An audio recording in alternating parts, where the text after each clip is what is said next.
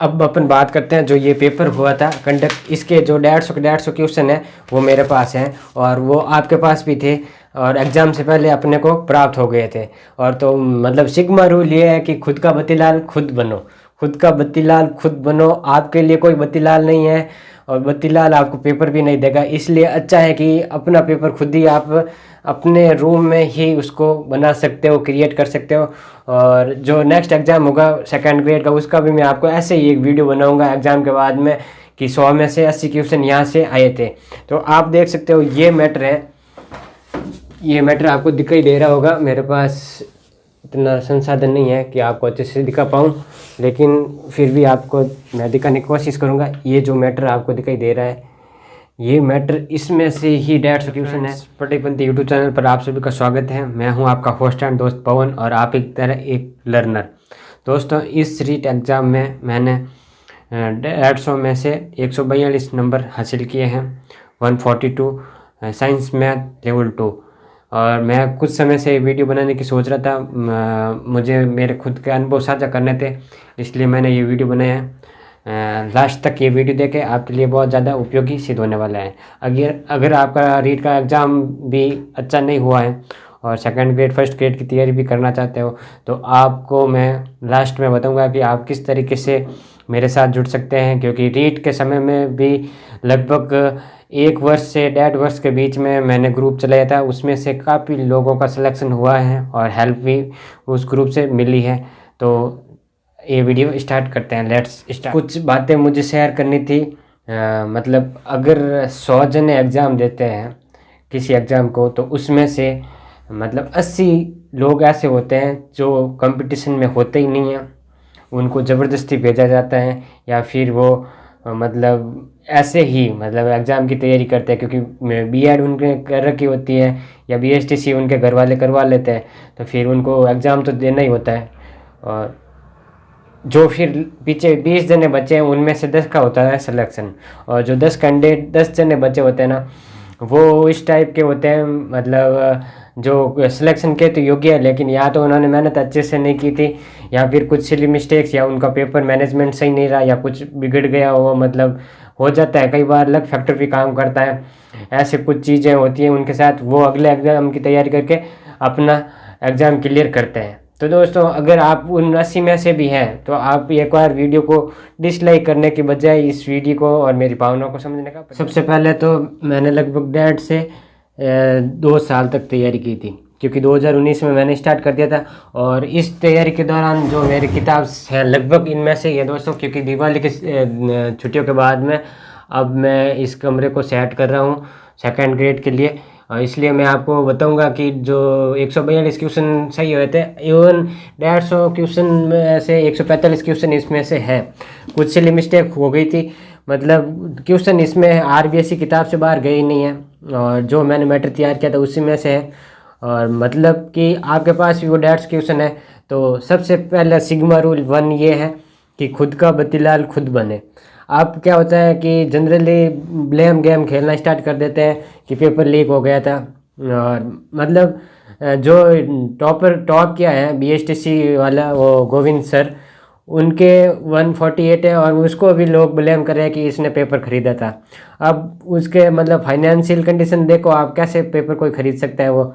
लेकिन लोग क्या होते हैं, ब्लेम गेम वाले उसको भी ट्रोल कर रहे हैं, और जो सुरभि पारिक है उसको भी ट्रोल कर रहे हैं, जबकि वो रियल कैंडिडेट है। और उनके 12th के मार्क्स दे के आप, 10th के मार्क्स दे के आप, ठीक है, तो उनको भी मतलब नहीं बख्श रहे हैं। लेकिन ये एक तरह की खुन्नस है, जो कि 100 में से 80 लोग होते हैं, वो 80 लोग इतने डेंजर है दोस्तों। उसमें मतलब कि एक बड़ा तबका कभी भी एग्ज़ाम करवाना नहीं चाहेगा, कभी भी मतलब रिजल्ट नहीं डिक्लेयर करने देगा। एक बड़ा तबका आपके सोशल मीडिया पर हमेशा नेगेटिव कमेंट करेगा कि एग्ज़ाम नहीं होगा। शुरू से वो एक्टिव रहता है, वो आपको हर बार नेगेटिव पोस्ट करता हुआ मिलेगा, बोलेगा कि एग्ज़ाम तो होगा नहीं, पेपर लीक हो जाएगा, सब मतलब वही लगेंगे। लेकिन ऐसा कुछ नहीं है। हर एग्ज़ाम में जो पुराने एग्ज़ाम हुए थे उसमें भी मैं मानता हूँ 10% भ्रष्टाचार है, 10% सीटें ऐसी ख़राब होती हैं, लेकिन उसका अपन कुछ भी नहीं कर सकते। उसके अगर मतलब उसको अपन ब्लेम गेम खेलना स्टार्ट कर दें, खुद जिम्मेदारी खुद के मतलब कमियां नहीं देखेंगे तो मतलब 10% सीटें ख़राब होती, 90% सीटें जो रियल कैंडिडेट होते हैं उनको मिलती हैं। तो फर्स्ट थिंग यही है कि जो नकारात्मक पीपल है वो उनसे बचिए। अब आप अपना पेपर ख़राब हो गया रीट का, तो आप अपनी अगली तैयारी स्टार्ट कीजिए, सेकंड ग्रेड की तैयारी स्टार्ट कर सकते हो। और दोस्तों बहुत मतलब आगे अवसर है, उसमें जाओ। लेकिन जब मैंने मतलब सेकंड ग्रेड का पिछली बार एग्ज़ाम दिया था, तो मैं भी इस मतलब जो ब्लेम गेम था उसमें फंस गया था। सबसे पहले जो अभी कथित जो चीज़ें मैं आपको बता रहा हूँ कि फर्स्ट ग्रेड का जो पेपर हुआ था उसमें जो टंकी वाली गैंग है, सब अनुभवी लोग हैं, मतलब उसमें फंसे कौन, जो 80 लोग थे वही फंसे, जो टॉपर थे, जो होशियार थे, वो अभी मेरे कजिन वगैरह हैं, उनका सिलेक्शन है उस भर्ती में।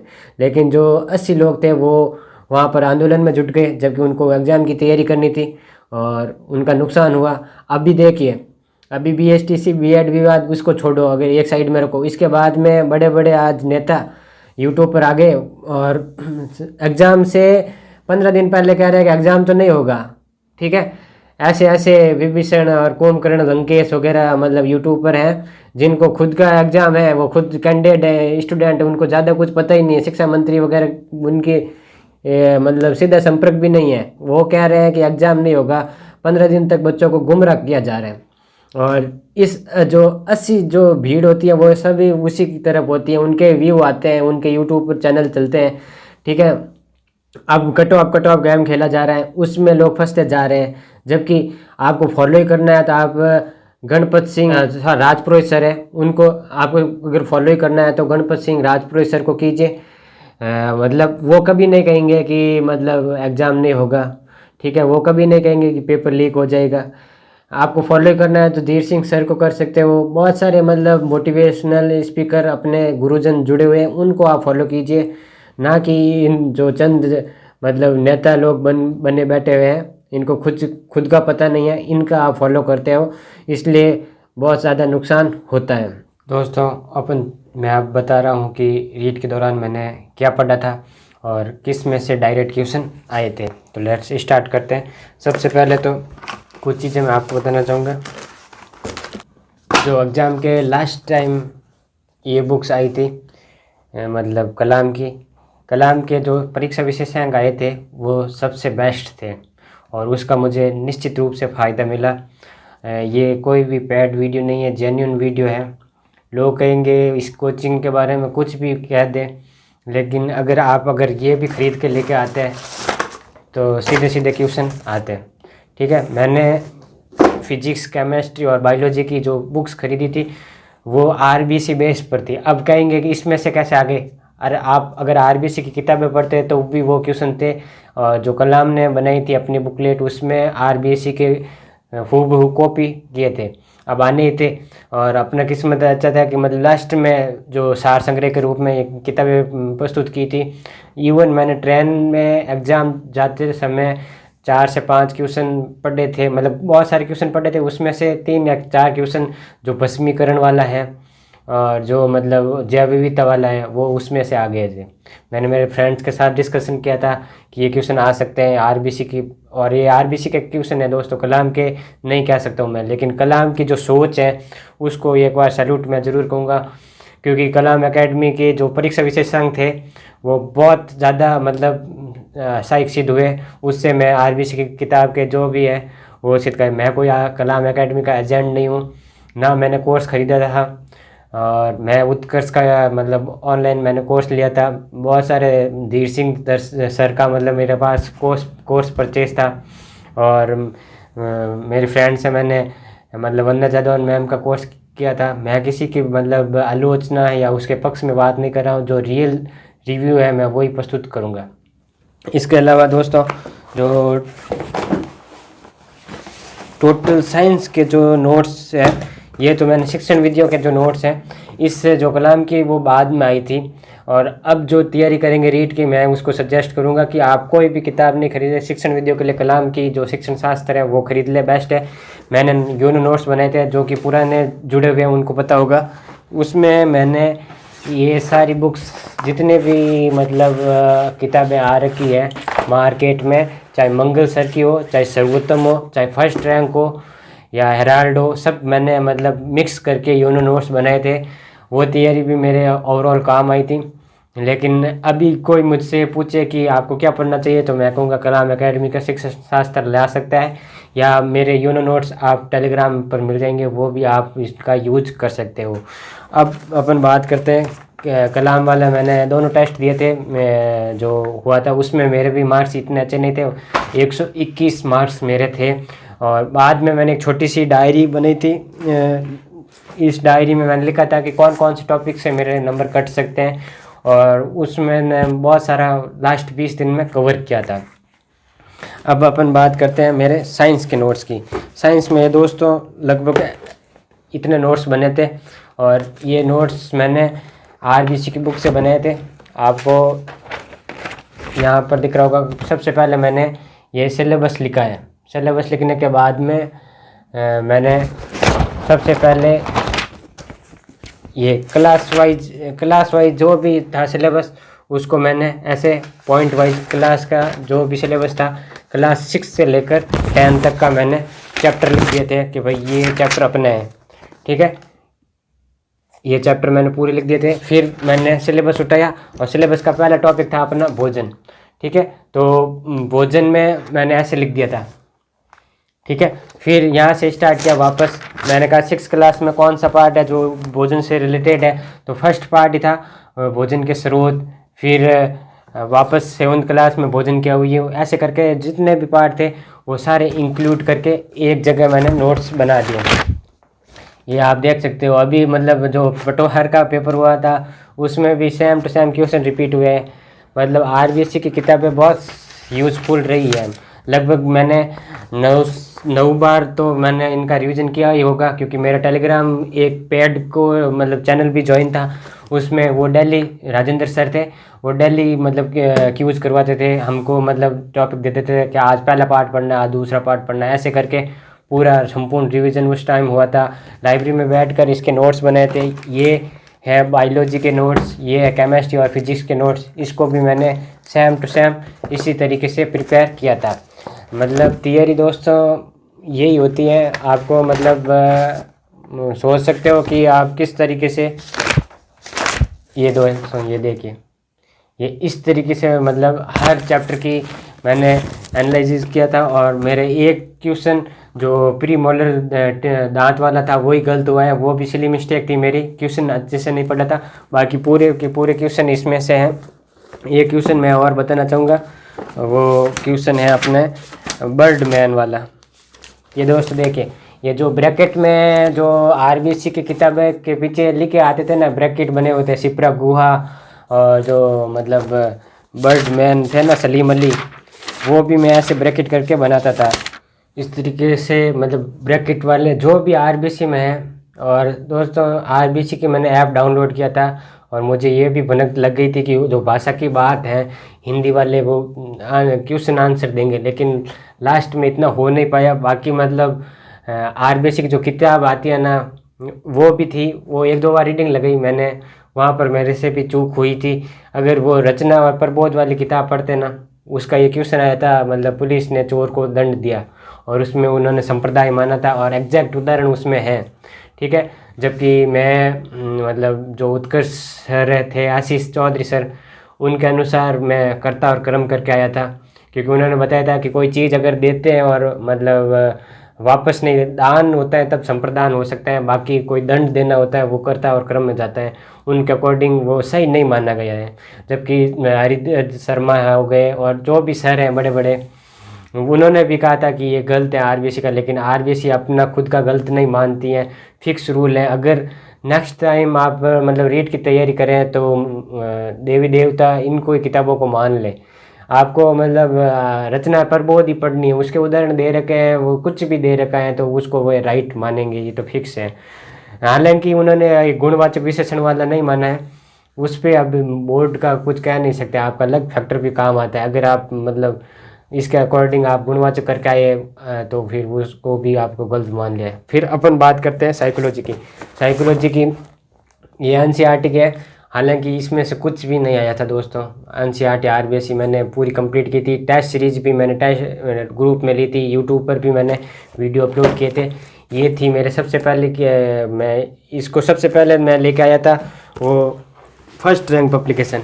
फर्स्ट रैंक पब्लिकेशन से मैंने फर्स्ट रीडिंग लगाई थी। मुझे ज़्यादा मतलब इसमें मैटर नहीं लगा था, हालांकि पहली बार पढ़ने के लिए सही है। फिर मैं लेके आ गया ये भी मेरे से मतलब मारवाड़ी में कहूँ तो ताबे नहीं आई, मतलब इतने मतलब समग्र मनोविज्ञान। बाद में तो RBD की निकाली सर ने, वो अच्छी थी। इसमें क्या है कि मतलब एकदम मतलब रस बनता है ना, वो वाला नहीं है कि आप पहले ऊपर कुछ पढ़ रहे हैं, नीचे कुछ फैक्ट आ गया, फिर उसके बाद में कुछ फैक्ट आ गया। तो इसके बाद में जो RBD की आई है वो अच्छी थी, रंगीन भी थी, point wise to the point भी थी, अच्छी थी। लेकिन ये समग्र मनोविज्ञान फर्स्ट एडिशन, ये तो मतलब सर ने बहुत सारे चीज़ें उठा के इसमें अंदर डाल दी गई, और जो पहली बार पढ़ता है उसके लिए उपयोगी नहीं है। मैंने भी इसको कुछ कुछ टॉपिक्स में से देखे, लेकिन सबसे ज़्यादा मेरी हेल्प करी है वो तो ये इस किताब ने की है। ये है दोस्तों सिकवाल। इसको लगभग मैंने 9 से 10 बार पढ़ा है। मतलब पढ़ने में इतनी इजी थी, पढ़ने भाषा बहुत सरल है। और जो भी मैंने मतलब बाद में कोर्स लिए वंदना जादव मैम के, वो इस तरीके से मैंने जो मैम ने बताए थे वो मैंने एक्स्ट्रा इसके ऊपर ही लिख दिए थे। सर का भी जो मतलब कुछ भी परिभाषाएं वगैरह बताते थे ना धीर सर, वो भी मैं इसके ऊपर ऐसे ही लिख देता था, साइड में लिख देता था। जहाँ कहीं पर भी मुझे स्पेस मिलता था इसके ऊपर ही लिखता चला गया। और लास्ट में मतलब ये छोटे छोटे जो पॉइंट मैडम और सर इम्पोर्टेंट बताते थे वो मैं इसके अंतर्गत लिखता गया। तो इस तरीके से इसमें प्रैक्टिस के लिए खूब सारे क्वेश्चन भी है, और अच्छी किताब है। जो भी पढ़ रहा है रीड के लिए नेक्स्ट टाइम, उसके लिए ये वरदान साबित हो सकती हैं। अच्छी किताब आपको मिल जाएगी, ठीक है। और साइकोलॉजी के लिए बस यही थे। प्रीवियस ईयर पेपर भी मेरे पास थे दक्ष पब्लिकेशन के, और ये रीड के लिए मैं मॉडल पेपर लेकर आया था। हालांकि मैं मिला नहीं पाया था क्योंकि ऑनलाइन इतना मटेरियल मिल जाता था कि ऑफलाइन का मैंने बहुत कम यूज़ किया था। OMR से मैंने एक भी टेस्ट नहीं दिया था, ठीक है। और दक्ष की ये मेरे पास इंग्लिश की थी। बाद में शिक्षण वीडियो के लिए तो सारी की सारी जितनी भी मार्केट में किताबें थी वो मेरे पास थी, क्योंकि मैंने नोट्स बनाने के लिए वो मैंने परचेस की थी। ये दोस्तों सबसे ज़्यादा हेल्पफुल ये रही थे, ठीक है। इसमें मैं आपको एग्जैक्ट क्वेश्चन बता दूंगा कि ये क्वेश्चन यहाँ से पुटअप हुआ है, ठीक है, क्योंकि ये RBC की किताबें से ही बनाई गई है और सबसे ज़्यादा ये एग्ज़ाम में काम आई थी, ठीक है। ऑनेस्ट टॉक कर रहा हूँ दोस्तों, कोई भी पेड वैल्यू नहीं है। आप चाहे इसके इंस्टीट्यूट को गालियाँ दे सकते हो, लेकिन आपका भला कुछ भी नहीं होने वाला है। इंस्टीट्यूट हो सकता है, मैं नहीं मानता हूँ कि मतलब कुछ ना कुछ चीज़ें होती हैं वो कनेक्टेड होती हैं, लेकिन अपने को क्या, अपने को मतलब तैयारी करनी है, अच्छा मटेरियल मिलना चाहिए। ये RBC की किताबें मैंने पहले परचेज़ की थी सेकंड हैंड, बच्चों से भी मैंने मांग के इकट्ठा कर ली थी, और इसके नोट्स बनाकर इसको साइड में रख दिया था, क्योंकि नोट्स बन गए थे तो फिर इनकी ज़रूरत नहीं थी, ठीक है। इसके बाद में मैंने कुछ टॉपिक के लिए मैंने कहा मतलब ये मेरी बेवकूफ़ी थी कि थोड़ा से हाई लेवल में पढ़ा जाए, तो इसलिए मैंने ये जो IIT की किताबें इससे भी कुछ सवाल मिलाने की कोशिश की। मतलब वैसे सवाल नहीं, कुछ फैक्ट है, कुछ मतलब थोड़े बहुत ढंग के क्वेश्चन, ऐसे नहीं कि IIT के क्वेश्चन स्टार्ट कर दिए। कुछ चीज़ें 12th तक की मैंने की थी। टॉपिक जो सिलेबस में थे वो मैंने 12th के ये जो मेरी किताबें थी इनसे वापस कवर करने की कोशिश की थी। हालांकि 10th क्लास से ऊपर एक भी क्वेश्चन नहीं आया था, ठीक है। इसके अलावा मैं आपको बता दूं साइकोलॉजी की सबसे पहले जो मैंने ये स्टार्ट की थी ना 2019 में थियरी, उसमें मैंने एक परगणीय करके एक किताब थी ऑनलाइन, वो कहीं पर मुझे मिल गई थी, उससे मैंने फर्स्ट टाइम नोट्स बनाए थे। उसके बाद में कोई नोट्स बनाए नहीं थे, बस ये बेस तैयार करने के लिए मैंने ये बनाए थे, ठीक है। बाकी मैंने इसको वापस कुछ नहीं पढ़ा, सिकवाल तक कोई मैंने लास्ट टाइम फॉलो किया था। बाकी ये दोस्तों हिंदी के नोट्स हैं, आशीष सर की सहायता से मैंने बनाए थे। ये पूरे के पूरे मतलब लिंग वचन कारक। हालांकि एक बेवकूफ़ी मैंने की थी, मतलब कि जो रचना प्रबोध वाले एग्जाम्पल थे उनको एज इट इज़ मैंने याद नहीं किया था, और उनकी वजह से मेरा 1 नंबर हिंदी में कट हुआ है, ठीक है। और एक सिली मिस्टेक से कट हुआ वाक्य वाले में, बाकी कुछ भी ज़्यादा दिक्कत वाली बात नहीं है। बाकी इंग्लिश का तो मेरा इतना ज़्यादा पोर्शन अच्छा था नहीं, फिर भी पेपर इजी आने की वजह से मेरा ठीक हो गया। बाकी मेरे यूनिट नोट्स थे, आपको पता ही है। कुल मिला के दोस्तों, खुद का बतीलाल खुद कैसे बनना जा सकता है ये आप देख चुके हो कि 1.5 साल अगर तैयारी करते हैं दबा कर, तो कोई भी एग्ज़ाम उस आपकी तैयारी से बाहर नहीं जाता है। तो ऐसे अगर आप नेगेटिव सोचते हो, नेगेटिव सोचने का तो कुछ भी आप सोच सकते हो, लेकिन अगर आप पॉजिटिव तरीके से तैयारी करते हो, मेरा मानना ये है कि आप जो 30 जने हैं, मतलब 100 जने हैं, उसमें से 80 लोगों की भीड़ से बाहर निकलो। मेरा प्रयास यही है, क्योंकि मैं भी इस 80 जनों की भीड़ में था। कब? जब सेकंड ग्रेड हुई थी। मैं भी नहीं चाहता था कि एग्ज़ाम हो, लेकिन एग्ज़ाम हुई। मैं भी नहीं चाहता था कि रिज़ल्ट आए, लेकिन रिज़ल्ट आए। मैं भी नहीं चाहता था कि ये मतलब भर्ती निपट जाए ऐसे ही, हमारा भी कुछ हो, कुछ तो होना चाहिए ना। तो वो एग्ज़ाम भी हुए, रिज़ल्ट भी आए, हमारे दोस्त लगे भी हुए हैं, मिलना धरना कुछ है नहीं। 80 लोग जो होते हैं उसकी श्रेणी से आप बाहर निकलो। उस समय मीडिया बहुत कम था, आज मीडिया बहुत ज़्यादा है, 4G कनेक्शन है, 5G आ रहा है, और नकारात्मक खबरें धड़ल्ले से फैलाई जा रही हैं। गोविंद सर हैं, वो भी मतलब उन्होंने भी पेपर ख़रीदा। सुरभि मैं पारिक जो बीकानेर की मेधावी छात्र है, उसने भी मतलब पेपर ख़रीदा। कुछ भी बच्चे मतलब डाल रहे हैं, उनके नीचे नेगेटिव कमेंट आ रहे हैं, इस वीडियो के नीचे भी आएंगे, क्योंकि 80 लोग, 100 में से 80 लोग बहुत ज़्यादा होते हैं। नकारात्मक लोग नेताओं के लिए जो ओरिजिनल कैंडिडेट है वो मेरे साथ जुड़ सकते हैं। सेकंड ग्रेड के लिए मैं वापस 3 महीने के लिए फुल प्रूफ भाटिया आश्रम की तर्ज पर मतलब टेस्ट सीरीज जो है स्टार्ट कर रहा हूँ, जिसमें अपन राजस्थान पनोरमा और अवनी पब्लिकेशन वाली बुक्स और मूमल बुक्स को अच्छे से करेंगे। डिस्कशन होगा, 25 माइनर टेस्ट, 2 मेजर टेस्ट और 2 मॉक टेस्ट भी आयोजित करवाए जाएंगे। आपका अगर ध्येय है सेकंड ग्रेड, तो निश्चित रूप से आप इस 80 में से बाहर निकलकर टॉप 20 वाले में से शामिल हो सकते हैं। टेलीग्राम ग्रुप का लिंक नीचे दे रखा है, आप इसे ज्वाइन कर सकते हो।